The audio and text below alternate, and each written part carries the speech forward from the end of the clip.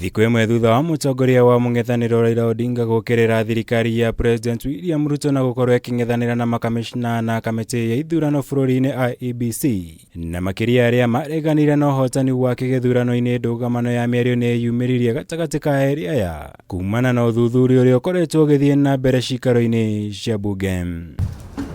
Harĩ ndũmĩrĩri yake, Odinga arokereire President William Ruto na gũkorwo agĩcokia bũrũri hĩndĩ ya wathani wa kũigioterwo. Gũkũ Ruto kũhĩtũkĩra mũtambo wake wa Twitter mũcokeirie kĩgweta ngeithi gatagatĩ ka Odinga na President wa tene wa bũrũri ũyũ Uhuru Kenyatta ta gũkorwo arĩ cio ciambĩrĩirie mũtugo wa kũhahama wĩyathi wa kamĩtĩ cia gĩgatiba.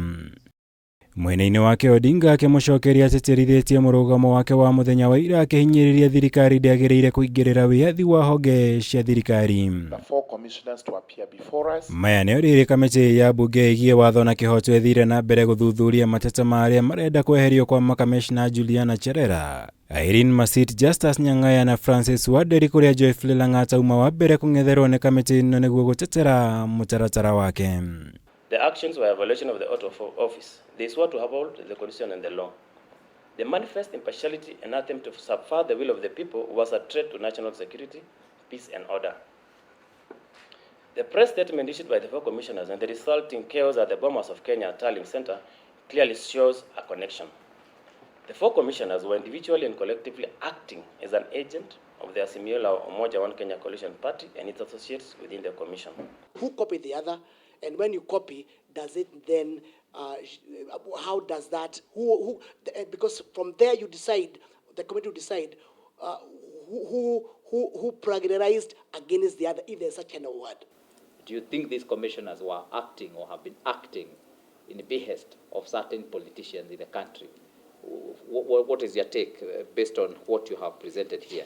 Owol Steve Jere uma wa kerĩ na wa mũthia gwĩkinyia mbere ya kamĩtĩ ĩno, kũrĩa onake ateteire mateta make akiuga itua rĩa makamicina ya kũregana na maumirira ma gĩthurano kĩhĩtũku, ona thengia wa gũkorwo marũgamĩrĩire ũthũrimi wa maumirira macio kĩarĩ kĩonereria gĩa kwaga ũigĩrĩrĩki kwa makamicina aya, noguo mabatie kweherio kamĩtĩ-inĩ ĩno kuona nĩ mahũthĩrire iturwa ciao na njĩra njũru.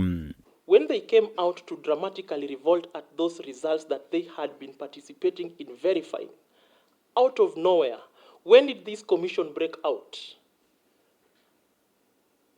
It casts a doubt as to whether they were properly observing that element of transparency under Article 10(2)(c). And do you think there was some kind of synchronizing of what was happening with the commissioners and that particular political formation? And do you connect in any way what is happening at this particular moment when this committee has started the investigation on these commissioners and the reaction of some of the political leaders in the country? Do you think there is any connection whatsoever?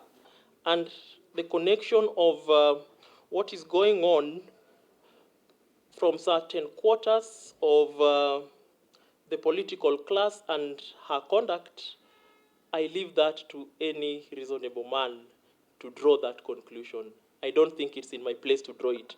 Maya nĩ rĩrĩ ya bunge ya ngwatanĩro ya Azimio la Umoja mang'athirie gwĩkinyia cikaro-inĩ cia mũthĩ thutha wa kumũrũrũka mũthenya wa ira, magĩkuruhania kamĩtĩ ĩno na gũkorwo ĩkĩhũthĩrwo kũng'ethanĩra na makamicina aya nĩ ũndũ wa mũrũgamo wao wa hĩndĩ ya gĩthurano.